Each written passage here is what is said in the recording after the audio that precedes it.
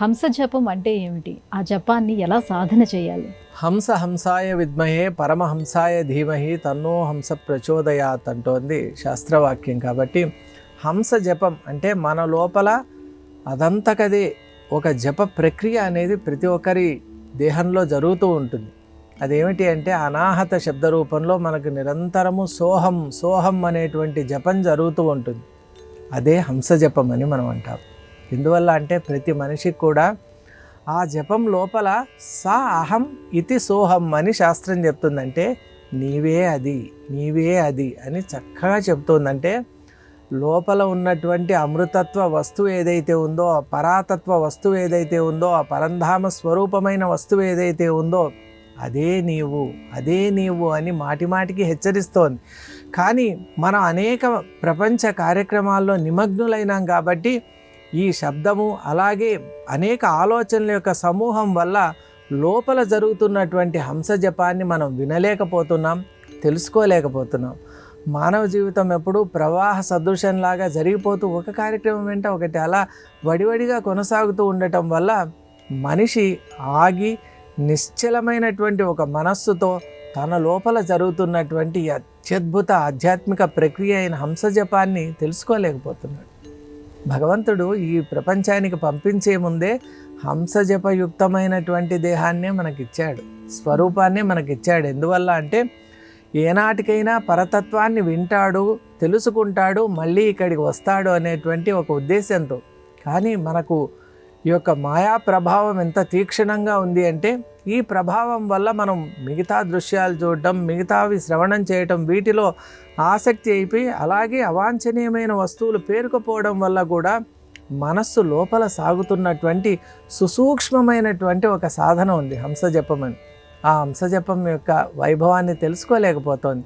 మనం ఏనాడైతే మనస్సును ఏకాగ్రం చేసి నిర్మలంగా చేసుకొని హంస జపాన్ని వినగలుగుతామో, హంస జపయుక్తంగా జీవితాన్ని మనం గనక ఒక పద్ధతిలోకి తీసుకొని అన్వయం చేసుకోగలుగుతామో అది నిజమైనటువంటి ఆధ్యాత్మికత. అంటే ఆధ్యాత్మికంగా మనం నిజంగా సిద్ధి పొందాలి, మనం ఒక ఉన్నతమైన స్థితిని చేరాలి అంటే మనసు ఏకాగ్రం కావాలి. ఏకాగ్రమైన మనస్సుతో మనకు ఆ హంస జపం అదంతకదే వినిపిస్తుంది.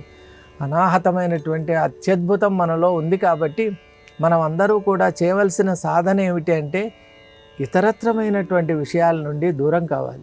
ఎందువల్ల అంటే మనకు యత్ దృశ్యం తన్నశ్యమని చూసేవన్నీ కూడా, కనిపించేవన్నీ కూడా కనుమరుగైపోయేవే. కాబట్టి కనుమరుగైపోయే విషయాలపై అత్యంత ఆసక్తిని మనం ప్రదర్శించకూడా ఎప్పటికీ నిలిచి ఉండేది నిత్యము సత్యము శాశ్వతము అయినటువంటి ఒక వస్తువు ఉంది, దానివైపు దృష్టి సారించాలి.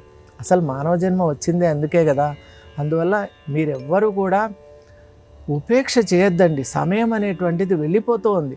మనలో అమృతత్వ వస్తువు ఉంది, దాన్ని పట్టుకోకుండా మనం ఆ సివెట్ అంటాం, ఆ మృగం ఏ విధంగా అయితే తన నాభిలో ఉన్నటువంటి ఆ చందనాన్ని తెలుసుకోకుండా, ఆ యొక్క దివ్యమైనటువంటి సుగంధాన్ని తెలుసుకోకుండా అన్ని వైపులా సంచారం చేస్తూ ఉందో మనం కూడా అలా తిరుగుతూ ఉన్నాం. అలా కాకుండా మనలోనే ఉంది ఆ తత్వం, అమృతత్వం మనలోనే ఉంది. కాబట్టి అమృతత్వాన్ని తెలుసుకునే ప్రయత్నం చేయండి. ఎందువల్ల అంటే ఇంద్రియాలు ఎప్పుడు కూడా మనల్ని బాహ్యముఖంగా తీసుకొని వెళ్తున్నాయి. అలా కాకుండా మనం అందరూ కూడా అంతర్ముఖంగా మన యొక్క దర్శనం చేసుకోవాలి. ఒక్కసారి బయట ప్రపంచం నుండి మన అంతరంగికమైనటువంటి వాతావరణంలోకి మనం వెళ్ళామా అప్పుడు నిజంగా హంస జపం అనేటువంటిది మనమే వినవచ్చు.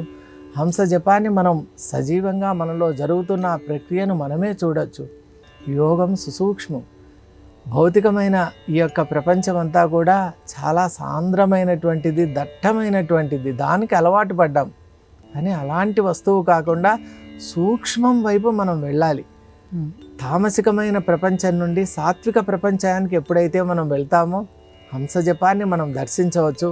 హంస జపంతో మన జీవితాన్ని అన్వయం కూడా చేసుకోవచ్చు.